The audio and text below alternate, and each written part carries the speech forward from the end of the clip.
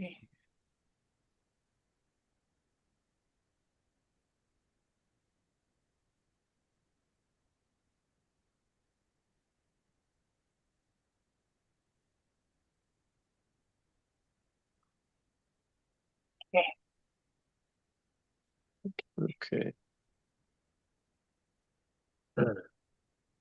Okay, so I guess we're ready, John.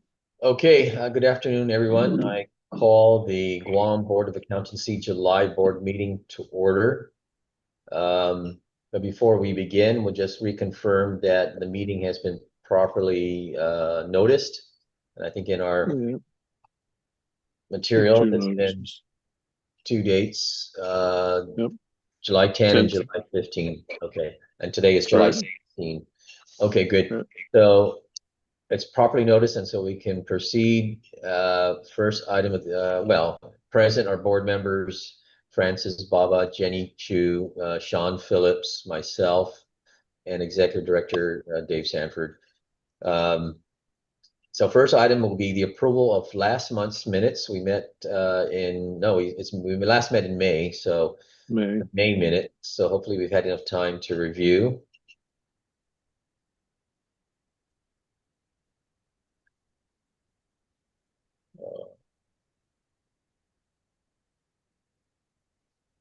Move to approve subject to corrections. Second. Okay, minutes are approved for the May meeting. Okay, Dave, you want to go on to what's the next item you want to go to? Old business? Yeah, the old business with the endowment fund update. Wow, okay. Yeah, we're up to 6 million now, but you know, the market's up and down. It could go down or up any time now, but we're up to 6 million in a little bit. So we're 10,000 down from June 30th in 2 weeks, but you know, what can we say? Market's up and down, but at this rate, for the quarter, we started out in the 5.8 million, and we jumped up with the changed gain in value to 6.037. So year to date, for this is calendar year 2025, we have a 5.2% performance, and the rate annualized is we're still at the 6.75%, which is, you know, higher than the 6% we anticipated. So don't see any issues. Both of the statements here are for June and May. And as of June, we've paid 27,000 in fees. So we made a $200,000 contribution for this year. So the fees will double. We'll pay that much again with the next 2 quarters. It's a quarterly fee basis. So,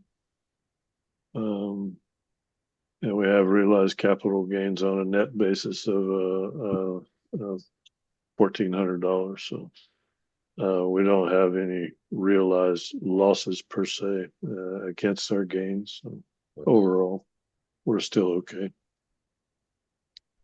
Okay. So, and then here's the April statement. We moved up in April. We had 5.6 million. The valuation took us to the 5.845. That's all I have for the statement. The visiting professor program, I haven't had a chance to talk to Martha or the Dean Jones about how it's going, but we agreed to finance the 2 professors that are teaching part of the MAC cohort during the summer here. I think $5,000 each, so we're spending $10,000 total for the summer programs to support the MAC program. And that's it at this point. And then we'll have to have further conversations. But I think the Dean Jones has been tied up with what to do with the Guam Computer Testing Center and trying to get that off the ground or not, trying to decide that. I think they were to have a meeting this morning, but I haven't heard from her. So I'm sure she's tied up with whatever's going on there. Dave, that visitors summer program, is it has it been completed or is it ongoing right now, the virtual? I think it goes through the end of July or close to the end of July, something like that. Okay, It's like, I think it's 8 weeks and it starts sometime around the middle of June, goes through the middle of August, I think, something like that, or the end of July. okay. Now, I was just curious if there gave some feedback on the attendance. Yeah, that's what I was kind of looking for, but I haven't really had a chance to talk to Roseanne about it. She's Okay, more involved with the test center at this point, so. And I just got back last week, so yeah, okay. yeah, anyway. So we'll find out if I find out anything about it, especially the test center. I'll let everybody know. She's still negotiating with Prometric to get a viable rate, I believe. Okay. So Oh, okay, so we can go to the license approvals.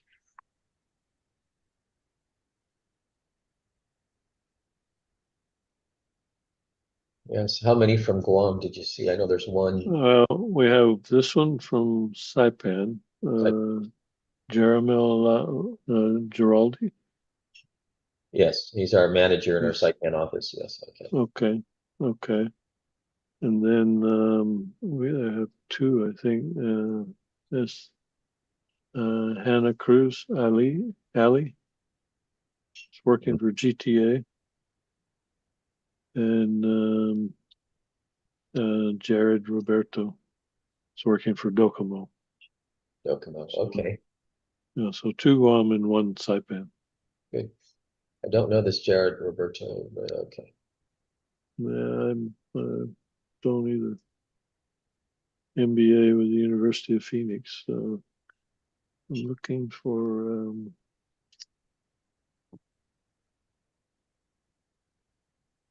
the one to think he's on here.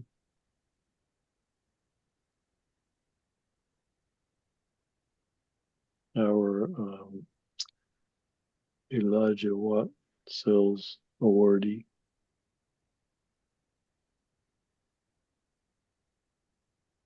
Yeah, number 49. Oh, the last one. Yeah, number 49 is Mr. Kotaro Yoshioka. Okay.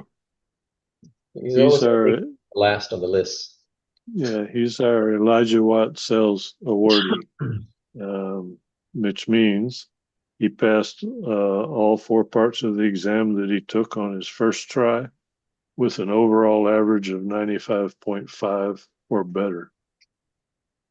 So he's for 2024. So he's one out of 11 Elijah Watt Sales awardees for 2024. So we're sending him a congratulatory letter from the board. So we'll circulate that for signature soon. I put that together today. But we're proud that he decided to be a Guam licensed CPA. Mm-hmm. So he's working for JP Morgan in Japan. And I guess he was working for Ernst & Young, John. So Probably in Japan. Is that what they call it? I'm sure, yeah. Okay. I'm sure. Ernst & Young tax company, I guess, in Japan. In 6 years. Wow, it's long. Okay. It's interesting. He got his master's at the University of Edinburgh, the MBA O'Hara College of Business. So smart guy. Yeah. I think he's. I believe he's the first Elijah Watt sales candidate we've ever had, right? No, we might have did had we have a couple of might have had one in the past. I don't recall. Yeah. Anyway, there's no problem with these licensees. So we got 49 of them. Okay. We used to have a program wherein we would reimburse the I think the books or some part of the fee for anyone taking the test, are any of these people that pass part of that program? We did a long time ago, but we stopped that. I see. Okay. You know, we were working on instituting a program that would allow us to reimburse just the residents of Guam, but we haven't figured out how to overcome some of the legal issue there. So, Understood. Okay. yeah, Move to approve then. yeah. Okay. So motion to approve made by Francis. I can hear a second. Second, Okay, approved. Licenses and certifications are approved. Okay, Next so item. that's 49 new ones, and I understand Jessica has a backlog that's still coming with renewals. So, Yeah, yeah. Dave, that reminds me, hopefully we eventually get the what do you call it? The automated Yeah, license, annual license renewal. I'm working on it. I We're working on it. We're already Yeah. at about the 8,000s. So Yeah, I think so. You're getting tired of signing, John? yeah, I there's 8,000, and let's say there's 60%. That's 4,800 I Yeah, have signed manually. So it's a maybe need an auto pin. lot of it. Yeah, I don't know how an auto pin works, but yeah, I'm working on that. I've been working with Tolling on that. We're trying to figure out how to get it done faster than slower. So yeah, we are working on that. Okay, we can move to the discussions of the quarterly communications. Most of this is just here for um, you know, basic information. I'll just run through the highlights. The chair's report, their topic of importance was NASWA's preparedness for impacts to the daily operations in the event they have a major exam security breach. I guess somebody brought that up for consideration, and they weren't really sure they were fully prepared for it. So they're working on plans to, you know, how they would handle the breach, et cetera, meaning, nowadays with all the legal requirements, depending on what jurisdiction you're operating in or where it happens, you have certain requirements you have to meet in terms of providing information within so many days or whatever, that kind of thing, and advising the people you're handling. If you've had a data breach, you have to advise the people that are involved that may be at risk. So Naz was working on that. The CEO, the president's report, Dan Dustin, of course, the new president, and they set up a NASBA U for employees to educate the new employees. They have a lot of new employees on the mission of NASBA and the roles of leadership. They also operate NASBA U for the benefit of new directors. And I would have to venture to say there's at least maybe 20 to 25, almost half of the executive directors for the jurisdictions have been replaced within the last 2 years. So there's a whole lot of new executive directors that some were previously involved in the board of accountancy in their jurisdiction, but many of them were not. So they're new to the CPA profession regulation. And they attended annual meetings held in Orlando. We had 275 people there, which was a good turnout. But their virtual program turnout went down, so they weren't too happy about that. I guess because they charged a registration fee to attend virtually. So Yeah. People decided they're not going to pay to attend the virtual meeting. I would agree with that. Not so the Dan and Wendy Garvin, who's the new EVP, is taking Colleen Conrad's place. They met with the Financial Accounting Foundation, the Governmental Accounting Standards Board, and they also talked about ESOPs because it's becoming a more popular as a firm ownership structure. I guess a lot of the retirees in the States are looking, some of them are looking to use ESOP to turn their businesses over to their employees. Bill Emmer, who's the one that used to be in charge of relations between AICPA, Prometric, and NASBA, is now the director, or I guess the VP of operations for NASBA. And he's in charge of an exam mobile application project. They're creating a mobile app that all the candidates will be able to download on their phone so that they can interact with NASBA and all of the things they need to do that they have to do now on a computer, they'll be able to do on their phone. So it's progressing. They're spending a good chunk of money on it, but it seems to be progressing. So they're making progress there. And they're also, NASBA's also gathering information about, they're thinking about creating a licensing system that they can provide to the states that don't have one like us. But God knows when that's going to happen. So something they have to develop, which probably take another 2 or 3 years, if at all. But they have improved their processing time for the CPA state applications. It was up to 10 weeks in September 24. They now have it down to 10-day process. So that helps.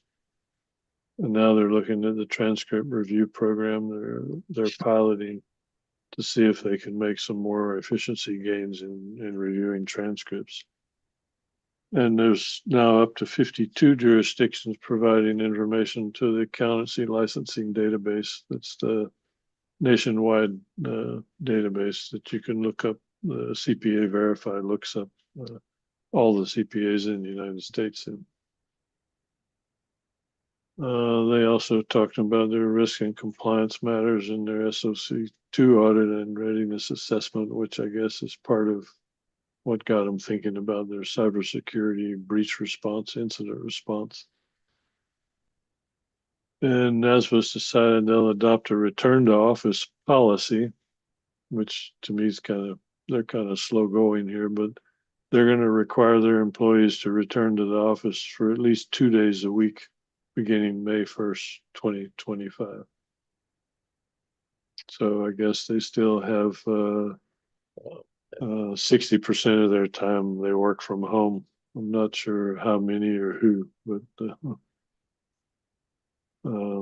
seems to work okay for NASBA, I guess. I'm not sure how, but That's interesting. whatever. At least 2 days a week.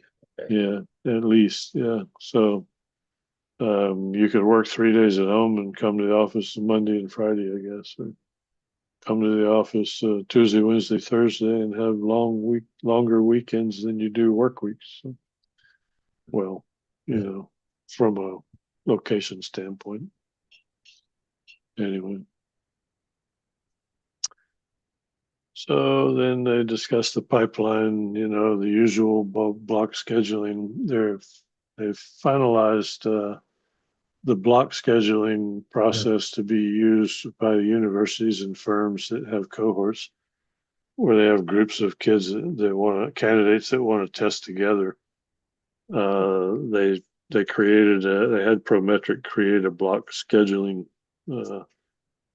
process. So if you have a group of students or whatever, like your MAC cohort, if you wanted the entire group to test together, you could schedule it all together in one Prometric testing center. They didn't used to allow that, but Prometric now does it. So for universities and firms. And then they talked about the Experience, Learn, and Earn program. We'll get to that in a minute. Then they have a future accountants sponsoring organization that they're involved in, centers around education. And Colleen overviewed recently signed CPA exam contract between NASBA, AICPA, and Prometric. They call it the NAP. I call it the triad. So anyway, until the contract's renewed until 2039 with the AICPA and 2034 with Prometric, and an additional 5-year option on the Prometric contract, I guess. So the state boards continue to be third-party beneficiaries to that contract, and the exclusive provisions that prevent Prometric from offering certain exams that compete with the CPA exam remain in the contract. I would imagine that would more likely be the ACCA exams. Bill Emmer also reviewed candidate exam volumes for 2024 on the calendar year. And as we know, the overall volume was down, and they still don't have enough testing volume to bring the disciplines into a all the time basis. They're still having windows of testing. I think that's a result of two things. One is the number of students or candidates taking the discipline sections. The other is, building enough questions so that they can continually test without any danger of repeating a question. So it's a two-edged sword. So they're also working with AICPA to create faster score reporting if possible. Dustin went through their diagnostic process where they had the guy that was calling people from every jurisdiction. I think, John, you got a call and I got a call. Yeah. I'm not sure who else may have gotten a call, but well, this guy who was interviewing everybody about what they thought about NASBA and what was good, what was bad, and what do you want them to do that they're not doing, that kind of thing. So he says that's a potential creation of a strategic planning task force during the next year to incorporate what they've learned through the process. So I haven't yet heard exactly what they've learned through the process, but I guess they had a strategic planning committee before, but I guess it went by the wayside in the last few years with all the CPA evolution changes. So that was the main focus. John Johnson provided an update to the state society relations activity and the legislative activity, which I've got something we'll cover a little later on too in that regard. Tom Kenny says he's got up to 15,000 followers on the NASBA social media accounts now. So it's double what it was 5 years ago. So that helps. Candidates are beginning to really use it, I guess. Then Troy Walker's the CFO. They had a good fiscal year. They have excess operating revenues compared to budget, even though the revenue was less over the expenses. So they still came out ahead, which seemed to be okay.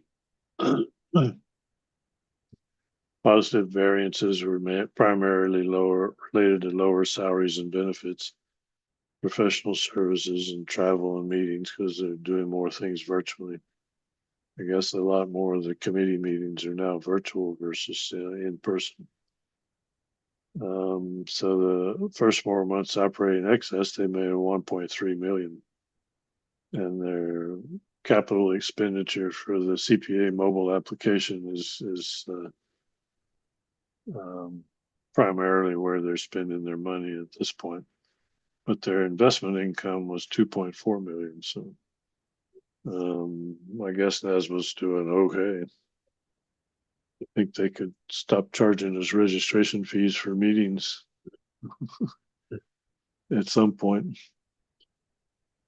The UAA committee, of course, gave a summary of the exposure draft with the competency-based thing and the changes they made and all the stuff and the new pathways that they wrote into the UAA and the Section 23 substantial equivalent mobility stuff.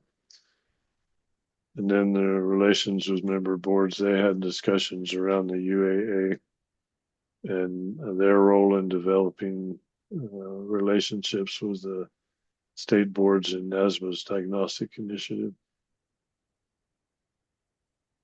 The executive director committee was our executive director's concerns continues to be mobility based on all these changes with pathways and all this stuff going on. But we all are all the executive directors tentatively kind of agree in concept that there's no jurisdiction that can say they're better or worse than any other one from a substantial equivalency or protection of the public standpoint. So it's a concern, but not a primary concern. The bigger concern with executive directors at this point is the changing ownership of firms, because there are several jurisdictions in the states that are now dealing with large firms, as in network firms that have been bought into by private equity. So then the question becomes, how do you manage the ethics of private equity in a CPA firm that's required to maintain independence to do a test work? So there's some real issues in some of these states. They're using private equity, ESOPs, and what they call alternative practice structures, which is some different forms of, I don't know exactly how to describe it, but it's using different forms of ownership and relations and who participates in things. Some states actually have a requirement that the CPA owner has to be a live person, a human being, cannot be another entity. So Yeah. there's some of these firms that have taken on the private equity investment are having some issues with getting relicensed in some of these states because of their issues with complying with the ownership requirements. Dave? And well, I was just going to say a couple of the firms, they're bigger firms. A couple of them are basically just kind of at this point ignoring the fact that they're not in compliance with their board rules, and the board members are getting a little upset about it. So I don't know how it's going to play out, but the AICPA has offered a webinar for the executive directors and society executives on to explain some of the private equity processes that are going on. Go ahead, John. Yeah, I was going to ask, our rules or laws, I think, are silent on that, right? I mean, the requirement is a majority of the Guam CPA firm has to be US CPAs, but I can't recall if there was any prohibition or any discussion regarding individuals. Oh, Well, what up? Dave Sanford is the host now. Really? No. The recording's on the laptop at the office.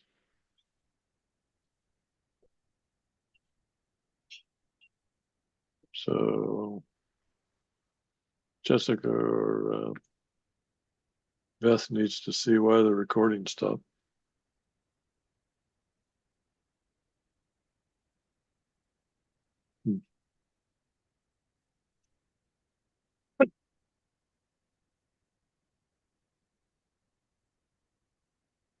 Dave, so are we on pause on the Yeah. meeting until the recording gets back up?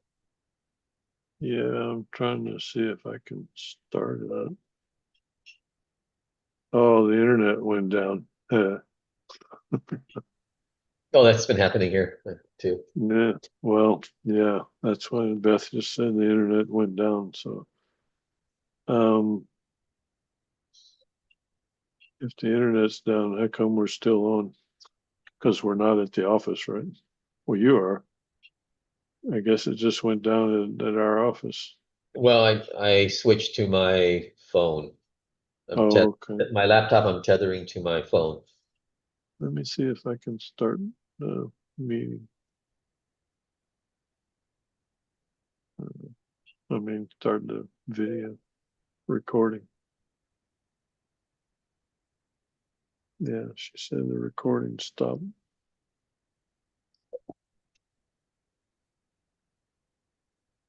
Yeah. Let me see if I say record, what'll happen here. Oh, there we go. Okay. Oh, we're recording, but I don't know if I can stream from here. Oh, where's the recording? Let me see if I can figure out the streaming from here. Don't think I have.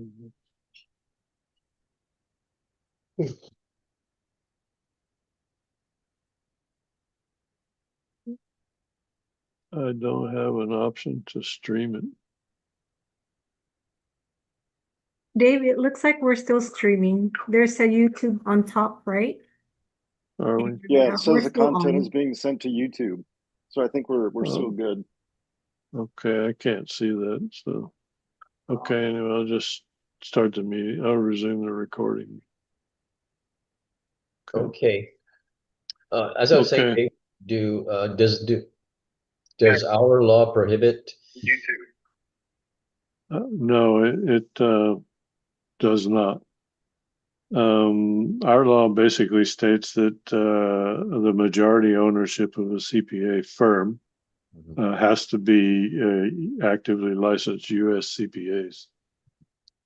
So in good standing, right? So you have to be actively licensed. You can't be retired or inactive. Okay. So, but it just states a majority. Now we can have non-CPA ownership, but it cannot be a majority. It has to be a minority, and that non-CPA owner has to participate in the firm. So, in that sense, it kind of I would think it kind of relegates a non-person entity to the background because I don't know how you participate if you're just an entity and not a person. So, but I know some of the jurisdictions are getting more plain. They're changing by rule. They're changing some of their language to actually say a live person, live person, human being, whatever. Yeah. So I know CNMI, I think they say all owners, I think, need to be a US CPA. They don't necessarily say live person, but they all must be like US CPAs.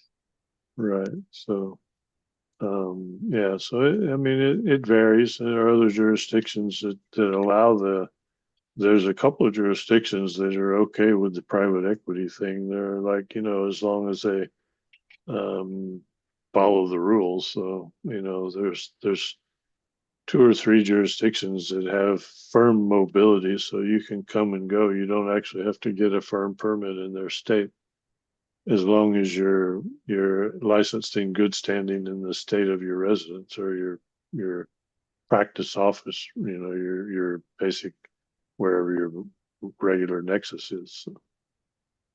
So there's some that's okay with it, but there are a lot that are really questioning it, how it's going to play out in the end.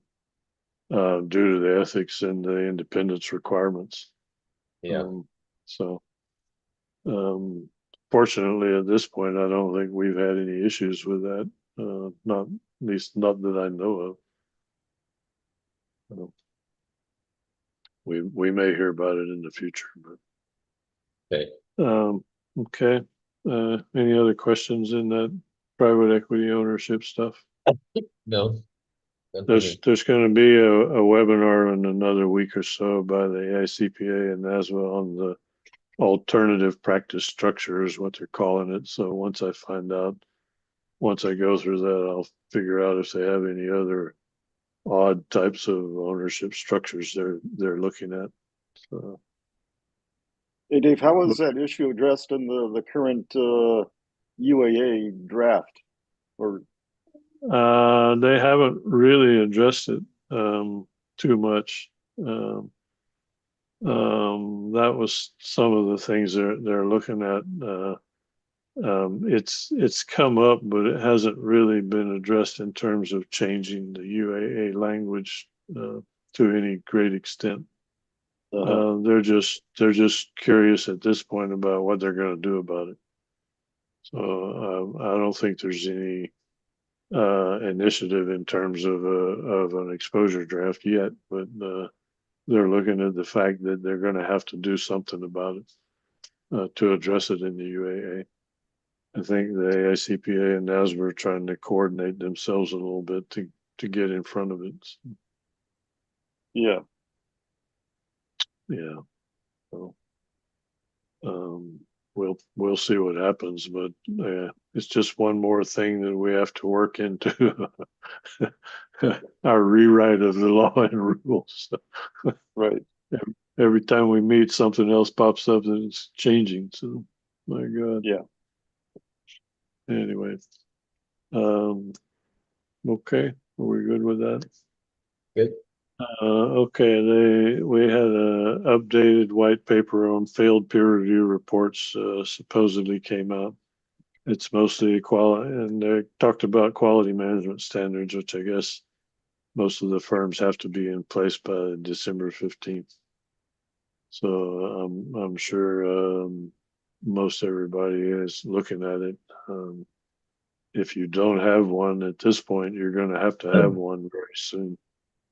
As if you're a firm, not sure about the sole proprietors have a certain standard they're going to have to meet if you're going to provide certain services. So, That would be interesting for the smaller firms. yeah, it's going to just push most of them to retire. I think it's going to push a number of them to just retire. You know, the onus gets worse and worse. So. Yeah, because you're going to have, as a small firm, you need to document your controls to meet all these certain objectives, and then you need to test it, and then you need to report and certify that they're operating. It's Yeah, like, and if you're 1, 2, or 3 people, yeah, it's going to just be that much more expense. So,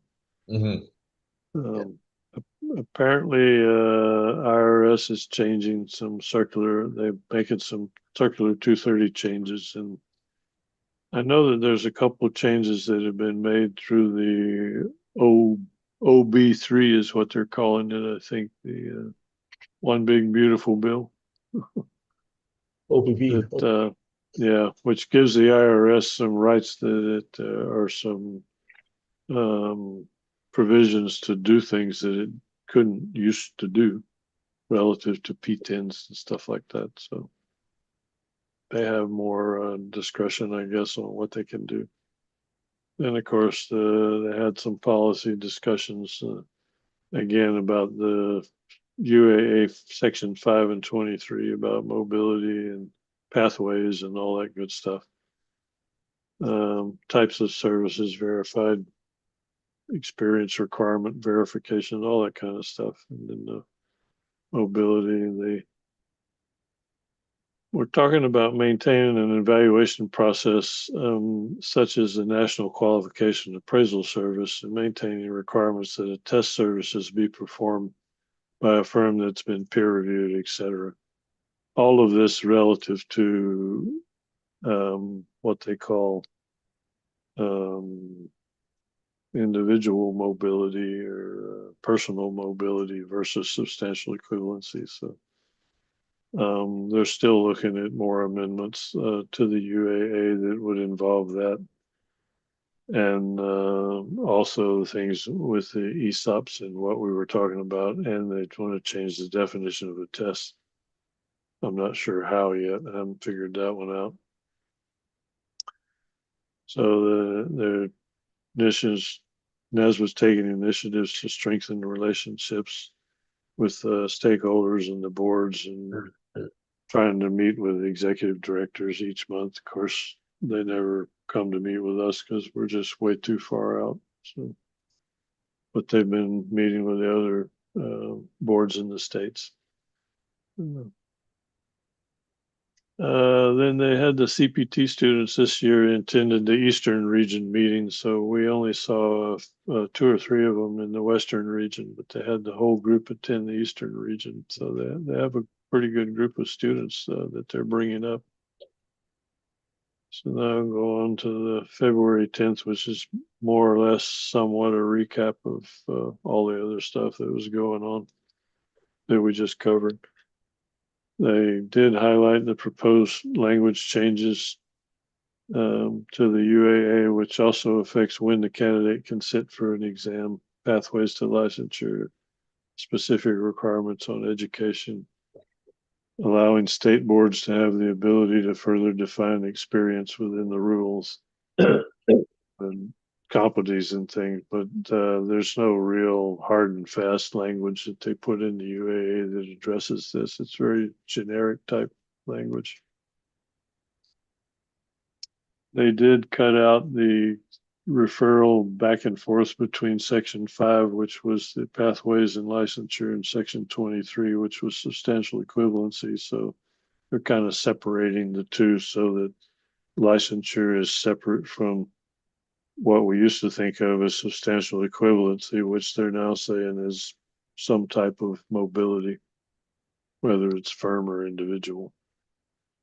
So, but all that's in the UAA stuff now.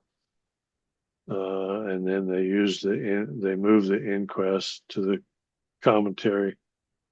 It used to be used to determine if you were a foreign person, you had a foreign designation or licensure, like a chartered accountant, a British chartered accountant or something, and you were coming to be the U.S. and you took whatever you needed to do in terms of education, and then you could take the National Qualification Appraisal Service to go through their exam, the IQEX exam or whatever. So they've changed all of that around now so that it's not a requirement that you go through this anymore. They just relegated it to the commentary of the UAA. It used to be written in as I guess it was suggested or more of a recommendation to be included in your law. Now they've taken it out. In the last meeting they had, which was February, they voted on re-exposing the proposed changes, and we know all that's come out now. The changes to the UAA they put out in their draft, which was the pathways stuff. So the 3 pathways now. And then they changed section 23, title is now substantial equivalency and practice privileges. So that's all the stuff we've just talked about. And then their concern is the proposed language regarding pathways compares the legislation submitted in various jurisdictions and the differences proposed as guardrails for mobility in various pieces of legislation. And I'm not sure what different jurisdictions are proposing as guardrails at this point. There's various things that have been talked about, but it's hard to tell who's done what to who at this point. And so they issued the re-exposure draft. So we know they've issued the exposure draft. The April meeting, they're still ahead of their budget through the first 7 months of the fiscal year, so they're doing okay. And their investment income was up to 2.6 million now. The UAA committee provided an update on the meetings of the joint committee with the proposed languages for the UAA that they exposed. And the next steps are when the comment period closes in May. So it did close in May. And they mentioned a little bit about it at the regional meeting, but not a lot. Said that we can expect to hear more about it in the annual meeting, I'm sure, about what the comments were.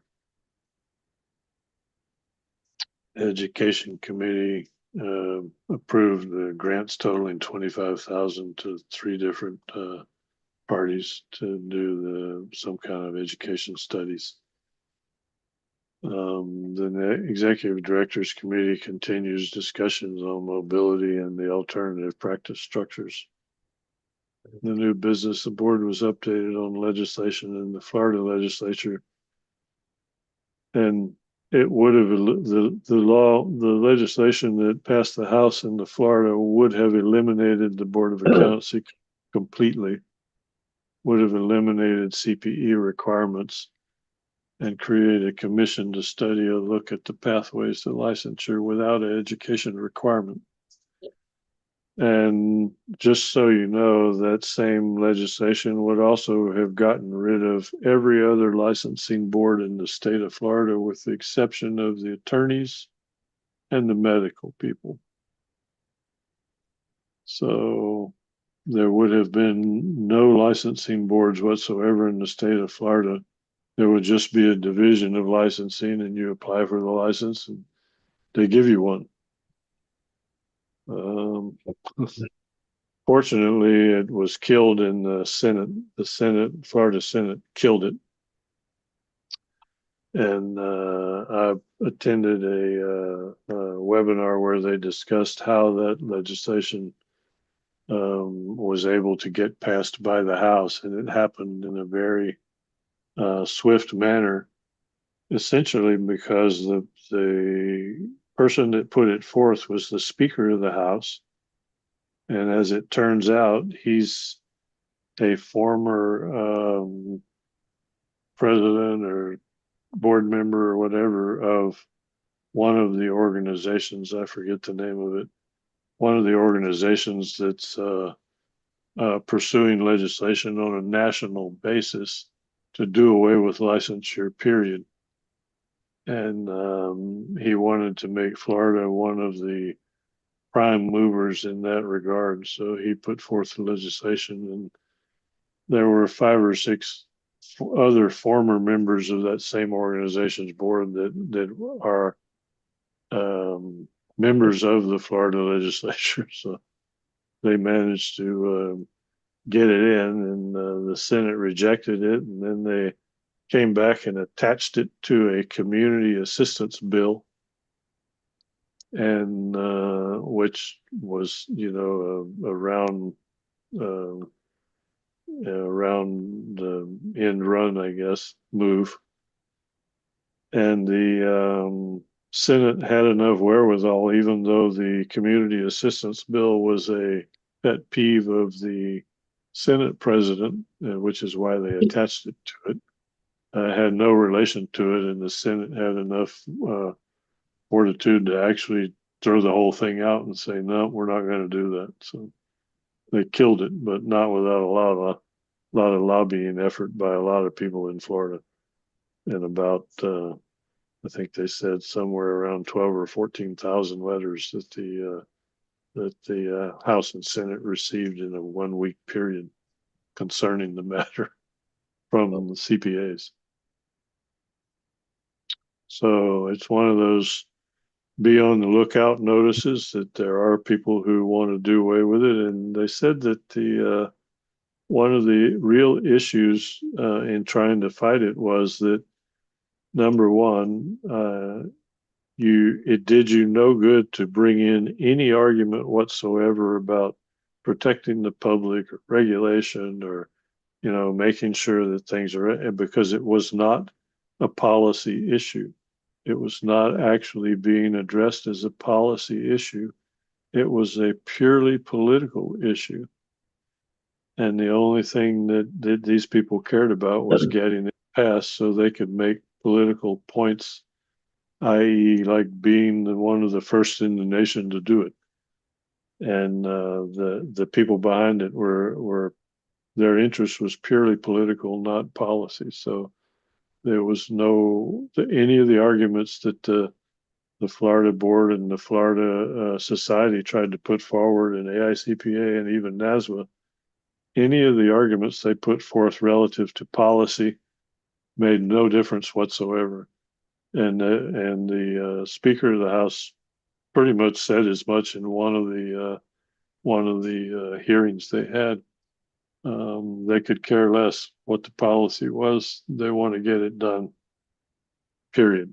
So they said that one of the takeaways from the Florida board and the Florida society was, if you try to fight this thing as a policy matter, when it's a political matter, you're going to lose no matter what. You can only fight it from a political standpoint because that's the way they're addressing it. So it was very unnerving for the Florida people, the way it went down. They had no idea. The Florida Institute of CPAs PAC had contributed to this guy's $50,000 to this guy's campaign because he's been supporting them as CPAs. He's been good support for the last 4 or 5 years. Little did they know that he's a wolf in sheep's clothing. So they found out the hard way, and it was very unsettling for all of them. So pretty interesting to find out how it actually happened. It's pretty crazy. Wow. But it is kind of scary when they say that. I mean, the guy just stood up and basically said, we don't care, and we don't think it protects the public, and we don't care. We want to get it passed, period. All politics.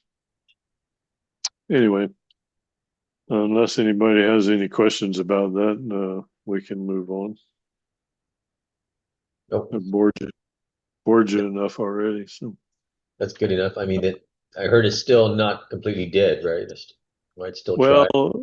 It could raise its head again, and they're pretty sure it will. But they're, working on how to fight it, and most of it has to happen on a lobbying basis. They're actually hiring lobbyists to fight it. I think the Florida Institute, they have a PAC committee, and they spent over $500,000-600,000 on lobbyists just to kill it this time. Never mind what they're going to have to spend in the future to keep it out. It's crazy, but there's some forces out there that really don't care about policy from a policy standpoint. Well, I doubt that will even be a consideration here, unless there's really someone out there that's similar thinking. Yeah, if there is, I'm not aware of anybody at this point from our perspective and a local perspective. I don't think we have any real issue with that at this point. But we will remain vigilant. That's all we can say. To the experience, learn and earn program, which was the one where the firms and the universities were working on how to make the additional education cheaper. It got off to a decent start, and it was doing pretty good. But now that all of the laws have changed in a third of the states, to say you don't need the 150 anymore, it's kind of going to fall by the wayside. So this was the notice we just got the last week. It basically said it's being ended as of the end of the fall 2025 semester, and no students will be admitted after August 1st. So this was just that's very interesting. So I actually had a couple of meetings with the organizers, and we were trying to get some of our staff to take it this past January, the next year. But then I stopped it because I already knew what was coming down the pipeline. I told the team here, I said, no, we're not. There's no need to do it. Yeah, no, yeah. Yeah, it was, I mean, from one perspective, it was a good effort, but I think it just got run over by the momentum of the other states deciding they're going to do what they're going to do. So So Dave, with that said, what can we tell people here? So, we're having new staff training right now today, and there's 12 people in our new staff training, and I actually spoke with them yesterday, and I was Mm, telling them, of course, the importance of passing the exam. But I did mention that the rules are changing, although those may not be official, but they don't need the 150 hours. And then there are some that are not new staff that were waiting around to try and figure out just, how to get the additional 20 hours, for example. And I actually told yeah. them, just put together your application and submit it and see what they say. So, Our law still requires the yes, 150, yeah. and it's in the law and the rules. So we will have to change it to make it to alleviate the need for the extra education, and I guess that's something we need to talk about. Yep. So we need to think about and talk about going back to the original pathway, which most of the other jurisdictions that have done it have basically just said um, we will keep what we have. If you have 150 hours, we give you credit for 1 year of experience. So you only need the 1 year, which is the way it's always been with us in the past. And if you have the less than 150 hours, but you have the equivalent of a bachelor's degree, then you need the 2 years experience. So, But they can um, take the exam still before getting yeah, that experience. Okay. yeah, we still have our 18 months pre-education Yeah. completion Okay. program, so they can still take the exam without worry. But we need to decide whether we want to revert back or just essentially reinstate the old pathway with the bachelor's degree and 2 years of experience. So, Yeah, because um, there are many that are being hired. Let's say, for example, the Philippines that already have a bachelor's and are eager to yeah, take the exam, but they're short of the 150. So right, right. So, I mean, we could look at something to the effect of if we wanted to, we could change our law so that we reinstate the bachelor's and 2 years experience, okay, and pass the exam, and then say, if you have the 150 hours, we can give you credit for a year of experience, but we may want to specify some of the content of the additional hours. I don't know. It's just something to think about. okay, But yeah, moving on in that regard, this is John Johnson's latest update, which was as of 2 weeks ago. Pennsylvania signed the Mobility and Pathways into law effective July 1st this year. North Carolina signed it into law for pathways only effective January 2026. Most of these changes are effective as of 26, but there are some that are effective as of 25. So this shows you the people with the black states are all of the states that have introduced some form of legislation to change the pathways and or mobility provisions in their states. Most of which deals with pathways, and then some deals with individual or firm mobility. Washington, of course, is doing theirs by rule. They've made a board rule change. So, and of course, all of the great areas have not done anything yet. Doesn't mean they're not going to, but as you can see, there's 29. So already a majority of the states have made some kind of change. This slide shows you the states that have actually signed things into law for the most part. The two red states, which is Florida and Maine, they had legislation that did not advance. And I'm sure, like you said, in Florida, it will come back. In Illinois, the yellows, this passed both chambers, but it hasn't been signed into law.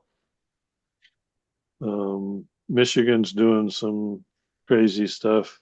Pathways legislation allows an associate degree, which is not supported by the board or the department or the CPA society in Michigan. But the legislature passed it, giving an associate's degree or higher. So these are the purple one, they changed the pathway, but they didn't say anything about mobility. The other ones here, I think this is Texas, I'm not sure. The mobility legislation with no pathway change, Maryland. Washington mobility rule with no pathway change. And the other 23 changed both. So, effectively, there's 20 of them that have actually made changes that are signed into law. Most after 25. The red ones is before 2026. So, just gives you an indication. And then at your leisure, some good bedtime reading if you're really interested in the rules. Okay.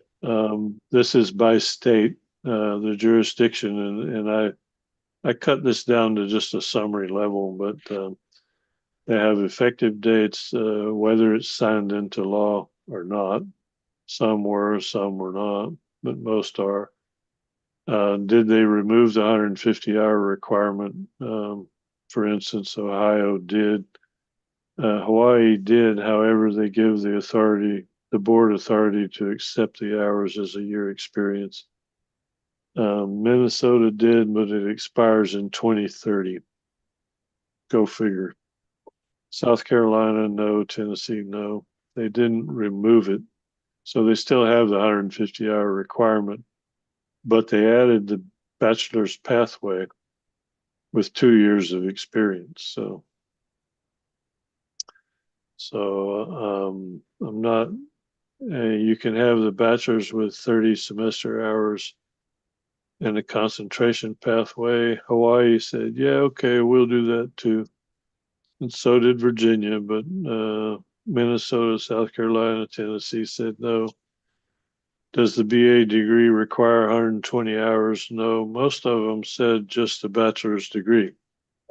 So whatever that amounts to.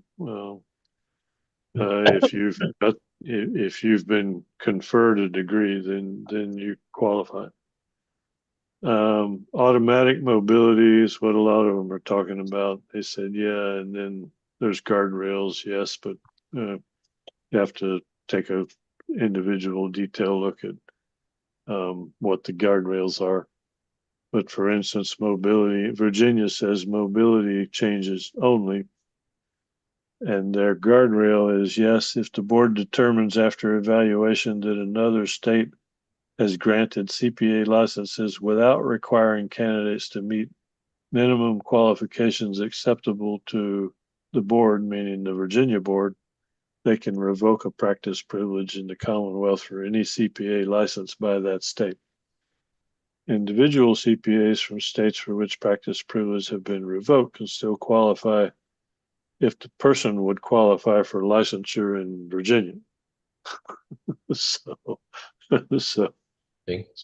if you come in under mobility and you have a license from a state that allows you to get licensed without requirements that meet Virginia's requirements, they can revoke your license from a mobility standpoint.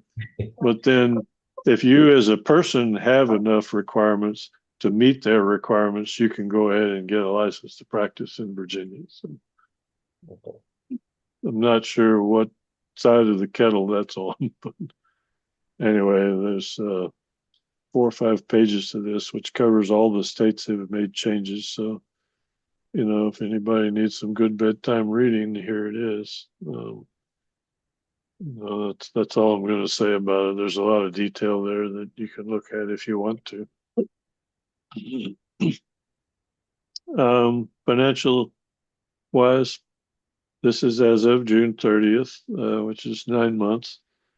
And it is all actual. So I didn't have to estimate. I got the final application fee information from NASMA this morning about 5 a.m. So we're over budget already on our application fees. We will go over budget on almost everything. I'm thinking we're going to hit probably 370 or so with our renewal fees.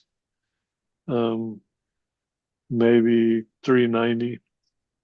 So overall, I'm thinking our revenues are going to probably hit a little over 800,000. Wow, We okay. we budgeted for 7, It's pretty good. and I think we're going to probably hit 820, even maybe 850, depending on how things go. Well, look, sorry, Dave, Ex- at that, if we hit 800, that's higher, well, right before the new change in the, right. Yeah, we had 900 last year, so I'm thinking we're going to be somewhere between 8 and 900, which is actually very good compared to all the changes that have taken place. yeah. You know, Oh, okay. and the reason we hit the 900 here was the change before you know, the the volume that hit before the new exam took effect. Expense wise, we're fine. We're all within budget. And we made our 200,000 contribution. We probably could ultimately make another 200,000 if we wanted to, before the end of the fiscal year, or another 100,000 is something to think about. So anyway, we're doing well enough at this point. I don't see any issues from a financial standpoint. We will beat our budget. This was the May actual. So we're still hanging in there, but you can see we went from 142 or 143,000 to 289,000. So we basically doubled our individual licensing fees, which is renewal fees essentially. So we had 140,000 or 146,000 in June alone. And with the backlog that Jessica has, I know there's going to be at least close to another 100,000 there. So,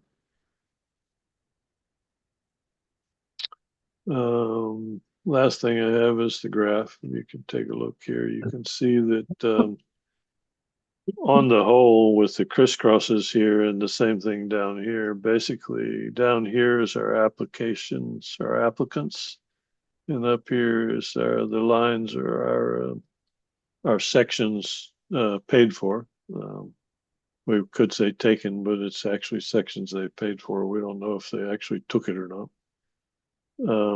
But on the whole, even though they've been running kind of neck and neck on a volume basis, our revenues have exceeded prior year every month. Up now about 10, somewhere between 9 and 12%, varying back and forth every month. And that's because of the change that NASBA made when they switched because of the new discipline sections, the 3 extra sections. They had to change their procedure for how they build for when you apply to take the exam and process an application versus when you apply to take a section. So they changed that process where you pay a fee to get processed as an applicant, a candidate applying to take the exam, and you get approved to sit. And then from then on, you pay a fee for every section you want to take.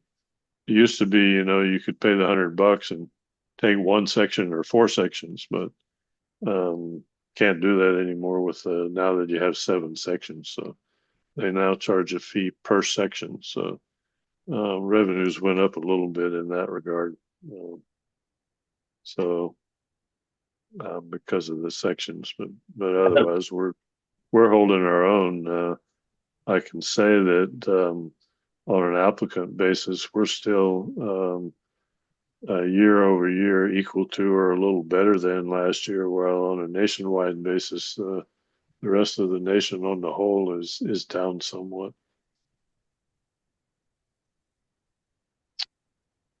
So, any questions on finances or anything else? That's all I have at this point. You know, that's good. At least the applicants are increasing, so that's good. Hey, Dave, do you think we need to address the pathway issue, you know, the 120 hours to maintain the number of applicants, the momentum? Is that something they'll be looking at? It's hard to tell. I think the majority of our applicants are coming to us because as candidates, because of the fact that we accept international candidates. We don't require residency, things like that. It's hard to tell, Sean, because of the shakeout and all the changes in that chart I just showed you. Yeah, A lot of them changed their pathway to licensure, but they still didn't change their 150-hour education requirement. And I'm kind of waiting to see how many are actually making the change to say you effectively don't need the 150. I think we need to make the change to ultimately be equivalent. Otherwise, our licensees are being held to a higher standard and a higher cost to a lot of other jurisdictions, and I don't think we should do that. So I think we need to at some point make the it's gonna be a change. factor. Yeah, Yeah, but I want to evaluate, what's happening, what's really happened, I guess is the better way to say it, versus, because John is keeping up with this on every week he gets a new legislation, somebody signed something or did this. So I'm hoping within the next couple of months, by the end of the annual meeting, we should have a pretty good idea of where all the other jurisdictions are going to stand. And if there's any, one thing that stands out one way or the other. But I think we need to, at a minimum, I think we need to add back the, old pathway that we had with the bachelor's degree and 2 years experience. I don't think we could go too much farther into the future without doing that. yeah, Dave, I think it's important just looking at Guam's need. We definitely need more CPAs, and I know Right. there's a lot of students out there that are not taking the exam because they don't have the 150, or they're just deciding altogether to do something else when they come Oh, okay. back from UOG. So hopefully we'll get more applicants out of this and more CPAs ultimately. Yeah. Okay. Yeah, well, I'll be working on the thing, and I'm hoping in the next couple of months we should get something done. I have to review the law and the rules again because I don't know if we can make a change in just the rules versus the law.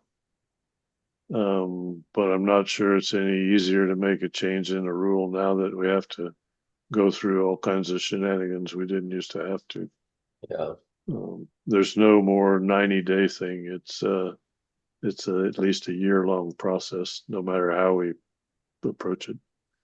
Might be faster just to rewrite the whole thing and get it enacted by the legislature. So,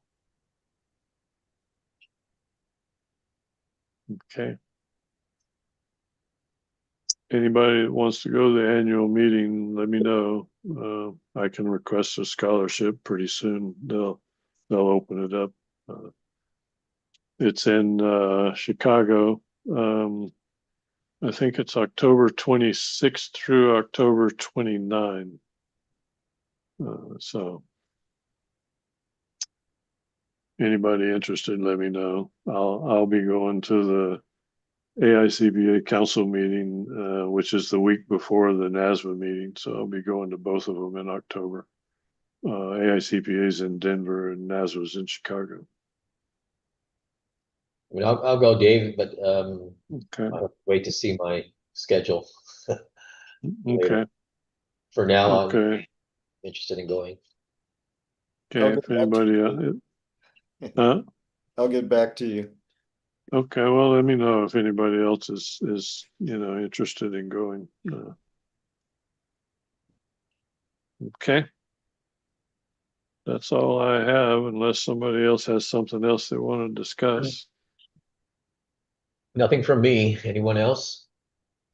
If none, then can I hear a motion to adjourn the meeting? Motion to adjourn. Second. Second, thank you, Francis. Okay, meeting adjourned. Thank you, everyone. Okay, thank you. Thanks. See everybody Right. later. Have a good weekend. Have a good, yeah. Okay, thank you. Thanks, Dave. Okay, bye now. Bye-bye.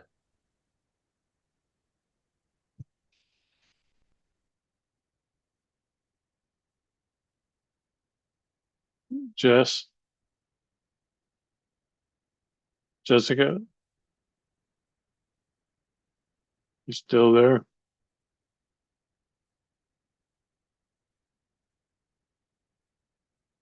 Guess not. Okay.